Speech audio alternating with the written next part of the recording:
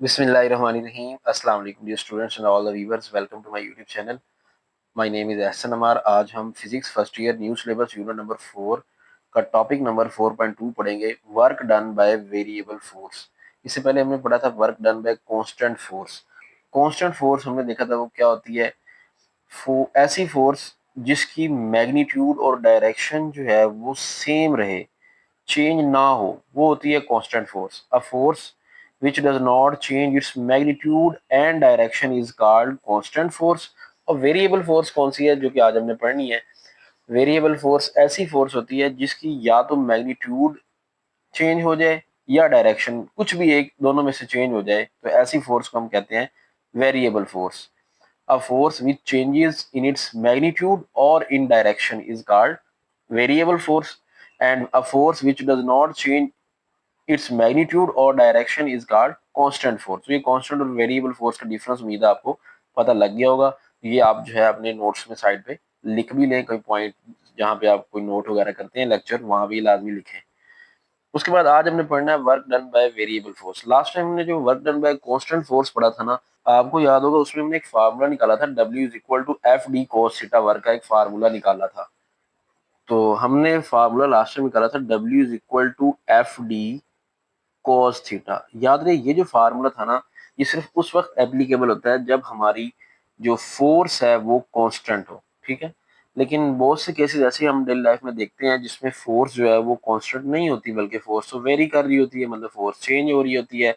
जैसे अगर हम देखें कि जो ग्रेविटेशनल फोर्स होती है ये कांस्टेंट तो नहीं होती। फॉर एग्जांपल अगर हम away from the earth move कर रहे हैं, जमीन से ऊपर जा रहे हैं, हम पढ़ते हैं ग्रेविटेशनल फोर्स कम होती है, वो तो चेंज होती रहती है। इस तरह अगर हम जमीन की तरफ आ रहे हो तो ग्रेविटेशनल फोर्स इंक्रीज होती है, मतलब वो कांस्टेंट तो नहीं रहती, या बढ़ रही होती है या कम होती है। तो वेरिएबल फोर्स की अगर आप एग्जांपल देना चाहें तो आप दे सकते हैं force of gravity acting on an object which is moving away और टुवर्ड्स द अर्थ। या तो वो जमीन की तरफ आ रहा हो तब भी कांस्टेंट नहीं होती, या वो जमीन से अवे जा रहा हो तब भी वो कांस्टेंट नहीं होती। खैर अभी मैं आपके साथ इस पूरे टॉपिक के रिटर्न नोट शेयर करूंगा, नीट लेक्चर वहां पे लिखा हुआ है, आप वहीं से देख के लिख लीजिएगा एग्जांपल, अभी फिलहाल आप समझ लें। अच्छा, तो अब अगर हम ऐसी सिचुएशन का वर्क कैलकुलेट करना चाहें जहाँ पे हमारी जो फोर्स है वो कांस्टेंट ना हो, वेरिएबल हो, तो हम उस सूरत में क्या करेंगे।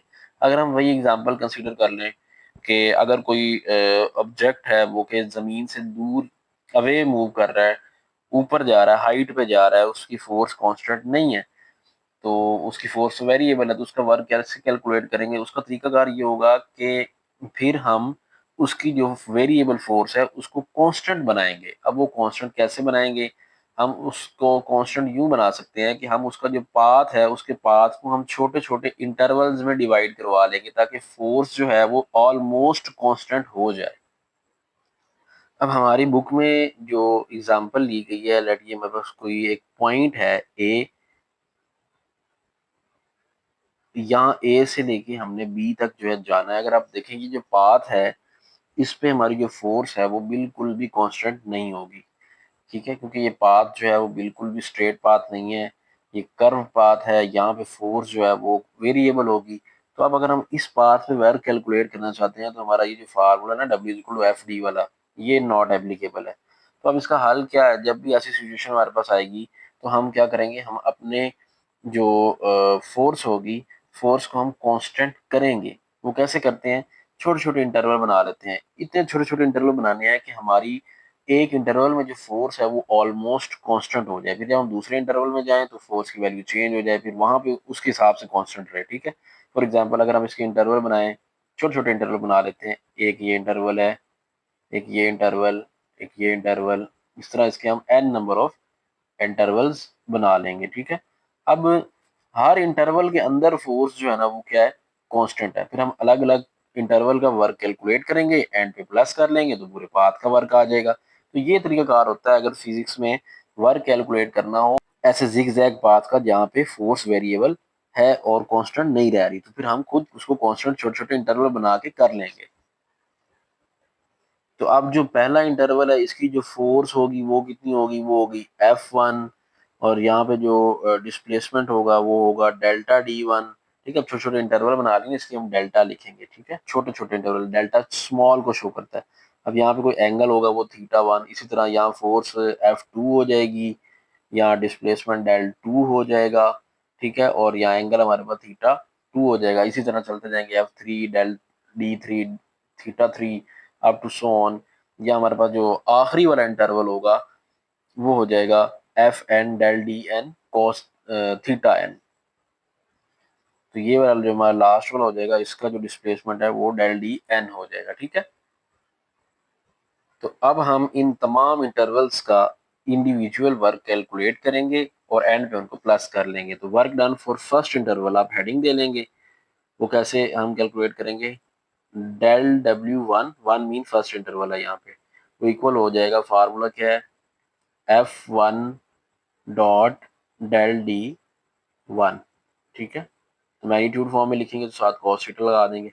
तो F1 cos θ1 del D1। Similarly second interval का वर्क कितना आ जाएगा, del W2 is equal to F2, मैं अब डायरेक्ट लिख रहा हूँ, del D2 cos θ2, क्योंकि आपको नीट रिटन लेक्चर मिल जाएगा। इसी तरह जो हमारा nth इंटरवल होगा वो हो जाएगा del WN is equal to FN cos θN del DN। ठीक है, तो अब हम क्या करेंगे, टोटल वर्क कैसे निकालेंगे, इन सारे इंटरवल के वर्क को प्लस करेंगे।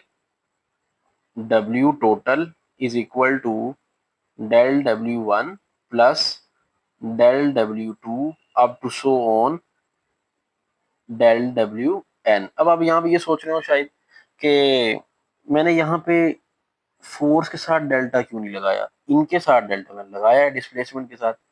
अब देखिए, फोर्स को तो हमने कांस्टेंट कर लिया ना, ये छोटे छोटे इंटरवल बनाने का मकसद क्या है, ताकि फोर्स को कांस्टेंट कर दिया जाए। अब फोर्स कांस्टेंट है, इसका मतलब डेल्टा तो नहीं लगेगा, डेल्टा तो चेंज के लिए होता है। ठीक है, तो इसलिए हमने यहाँ फोर्स के साथ डेल्टा नहीं लगाना। तो अब हम सारों का ये वैल्यूज हमने निकाल ली हुई हैं। तो डेल W1 किसके इक्वल है, वो है F1 cos θ1, F1 cos θ1 delta D1 plus F2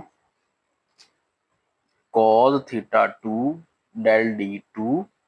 ठीक है, plus up to so on Fn cos θn delta Dn। ठीक है, अब उसके बाद हमने जैसे कि मोमेंट ऑफ इनर्शिया वाले टॉपिक में किया था कि जब बहुत ज्यादा टर्म प्लस हो रही होती है तो हम वहां पे क्या यूज कर लेते हैं, सिग्मा यूज करते हैं। ठीक है, हम कोई वेरिएबल ले लेते हैं आई। अब सारी वैल्यू 1 से लेके n तक, i is equal to 1 to n। अब सारी वैल्यूज किसको हमने कह दी, किसके इक्वल है, आई के इक्वल है। तो बजाय हम ये 1 2 लिखते फिर हम क्या लिख देंगे, F I cos theta I del D I. ठीक है, तो ये हमारा टोटल वर्क आ जाएगा समीशन की फॉर्म में, F I cos theta I delta D I. ठीक हो गया। उसके बाद अब हमने जो है ना इसका बाय ग्राफिकल मेथड जो है ये वर्क कैलकुलेट भी करना है। ठीक है, by graphical method. Graphical method के लिए आप क्या है, उसका ग्राफ बनाएंगे। सबसे पहले यूं करके एक्स वाई प्लेन बना लेना, ये एक्स एक्सिस है और ये वाई एक्सिस है। ठीक है, वही हमारा जो पाथ है वो जिगजैग सा पाथ ए से लेके बी तक वो पाथ बना लें, ए से लेके बी तक। ठीक है, और एक्स एक्सिस पे हम डिस्प्लेसमेंट लेते हैं, तो ये हमारा डिस्प्लेसमेंट हो जाएगा और यहाँ पे हमने फोर्स लेनी होती है। ठीक है, अब चूंकि हमने पिछले टॉपिक में पढ़ा था अगर फोर्स और डिस्प्लेसमेंट सेम डायरेक्शन में ना हो, ठीक है, जैसा कि यहाँ पे देखें फोर्स और डिस्प्लेसमेंट सेम डायरेक्शन में नहीं है बल्कि किसी एंगल पे है, तो फिर हम जो ग्राफ बनाते हैं ना वो एफ कोस थीटा और डिस्प्लेसमेंट के दरमियान बनाते हैं। तो यहाँ पे एफ कोस थीटा और डिस्प्लेसमेंट के दरमियान एंगल बनेगा। अगर सेम डायरेक्शन में होते ना फिर एफ और डी के दरमियान बना लेना था। अच्छा जी, तो अब हमने चूंकि यहाँ पे छोटे छोटे इंटरवल बनाए हैं। ठीक है, ये del W1 is equal to F1 हमने देखा था, F1 डेल्टा D1 cos θ1। ठीक है, तो यहाँ पे भी हमारे ये छोटे छोटे इंटरवल बन जाएंगे। और हमने ये पिछले टॉपिक में देखा था कि जो ग्राफ होता है ना वर्क का वो एक रेक्टेंगल्स बनती है, तो छोटी छोटी यहाँ रेक्टेंगल्स बन जाएंगी। ये पहले इंटरवल की, ये दूसरे इंटरवल का, इसी तरह ये तीसरे इंटरवल का, इस तरह अप टू सो ऑन चलता जाएगा, एंड से इंटरवल तक हमारी ये छोटी छोटी रेक्टेंगल्स बन जाएंगी। तो यहाँ पे देखें हमारी फोर्स जो है वो वैसे तो वो कांस्टेंट नहीं है, यहाँ इंक्रीज कर रही है फिर डिक्रीज कर रही है, फिर आगे फिर उसने इंक्रीज करना है, यहाँ मैंने थोड़ा सा कर सीधा कर दिया है, जबकि बाद में फोर्स दोबारा इंक्रीज हुई थी डायग्राम में अगर आप देखें, ठीक है। तो अब इससे क्या हुआ है, अगर हम देखें हमने यहाँ पे डिस्प्लेसमेंट को छोटे छोटे इंटरवल में डिवाइड कर लिया है, ठीक है। यहाँ पे हो जाएगा d1, यहाँ हो जाएगा डेल d2, यहाँ डेल d3, और यहाँ हो जाएगा डेल्टा dn, ठीक है। अब इससे क्या हुआ, क्योंकि इससे हमारे ये हुआ कि फोर्स ओवरऑल तो कांस्टेंट नहीं है, लेकिन एक इंटरवल के लिए हमारी फोर्स ऑलमोस्ट कांस्टेंट हो गई है, ठीक है। उसके बाद हमने क्या किया था कि समीशन यूज किया था और F I cos theta I del D I लिख दिया था। तो हम यहाँ पे अपना किसी यहाँ से लेट हम इसको शेड कर देते हैं ये वाला, ठीक है। अब ये जो है ना हमारा ये डिस्प्लेसमेंट है डेल डी आई, और यहाँ पे हो जाएगा एफ आई कोस थीटा आई। अब ये जो रेक्टेंगल है जिसको हमने शेड किया, ये शेडेड एरिया वाली रेक्टेंगल है ना, ये हमें तमाम जो रेक्टेंगल्स है उसके वर्क डन के इक्वल वर्क दे रही है, ठीक है। तो ये जैसा कि बुक पे भी शेड किया गया है, इसलिए मैंने भी शेड कर दिया है। बाकी अगर आप बहुत ज्यादा एक्यूरेट रिजल्ट निकालना चाहते हैं, जाहिर बात है ये वेरिएबल फोर्स का वर्क है, एक्यूरेट तो नहीं होगा जैसे कांस्टेंट का होता है। इसमें हमने छोटे छोटे इंटरवल बनाए हैं। अब इसमें भी ऑलमोस्ट कांस्टेंट हुई है फोर्स, एक्चुअली 100% कांस्टेंट नहीं हुई, ये तो एक अंदाजा है ना हमारी कि कांस्टेंट हो गई होगी। लेकिन अगर हम चाहते हैं कि एक्यूरेट रिजल्ट मिले, तो एक्यूरेट रिजल्ट के लिए ये जो हमारे डिस्प्लेसमेंट हैं, ये जो हमने इंटरवल बनाए हैं, ये बहुत छोटे बनाना पड़ेंगे। मतलब इतना छोटा बना दें कि डिस्प्लेसमेंट जो है वो अप्रोच करे जीरो को। मतलब पहला अगर ये इंटरवल 1 है तो 2 इतना क्लोज हो कि वो जीरो तो ना हो, अप्रोच करे, मतलब 0.0001 मीटर अवे हो सेकंड इंटरवल। इतना अगर आप छोटा छोटा इंटरवल बना लेंगे, फिर आपको एक्यूरेट रिजल्ट मिल जाएगा, ठीक है। ये देखिए जैसे हमने यहाँ इंटरवल बनाए थे ना, यहाँ D1 लिया तो यहाँ D2 लिया, थोड़ा फासला ज्यादा है, बहुत ही क्लोज लें कि अप्रोच करे डिस्प्लेसमेंट जीरो को। तो उस सूरत में जो हमारा फार्मूला बन जाएगा for accurate measurement of work for accurate result, ऐसे लिख लेते हैं।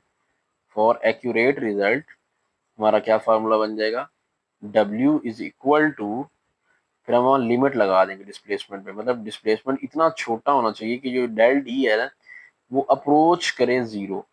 बाकी उसी तरह वही जो फार्मूला हमने ऑलरेडी निकाल लिया, F I cos theta I del D I, ठीक है।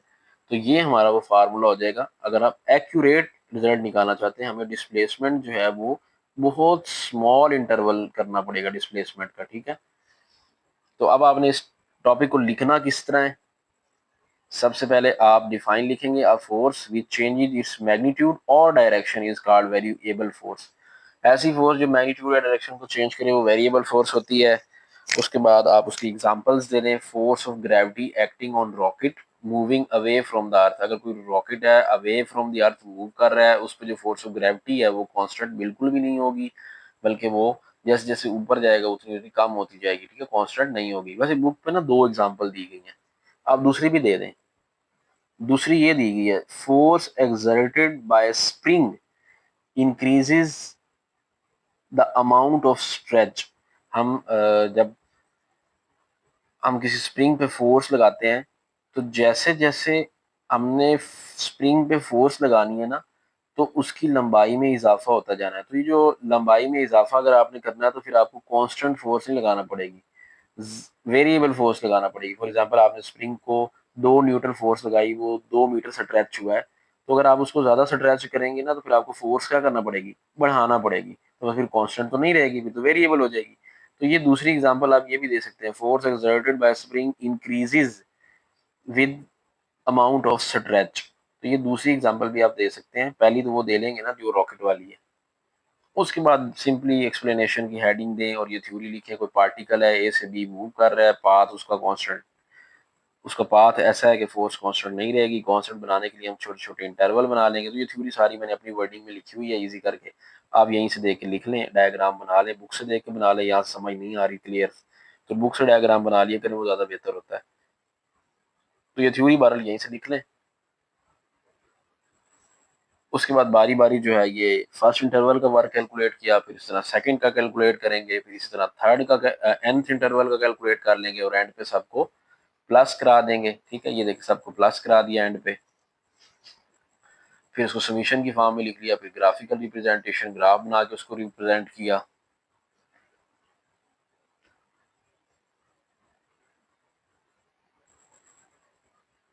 ये सारा जो एक्सप्लेन ऑलरेडी हो चुका है। ठीक है, ये शेड किया हुआ वो जो मैंने बताया था आपको, आई वाला इंटरवल। और एंड पे वो एक्यूरेट रिजल्ट कैसे लेना है, for accurate work displacement del D जो है वो 0 को अप्रोच करवाना पड़ेगा। तो यूं करके ये आपका टॉपिक कंप्लीट हो जाएगा। तो ये वीडियो को लाइक कर दीजिएगा, दोस्तों से शेयर कर दीजिएगा, चैनल पर नए हैं तो चैनल को सब्सक्राइब कर लीजिएगा। मिलते हैं नेक्स्ट वीडियो में, अपना ख्याल रखिएगा, अल्लाह हाफिज़।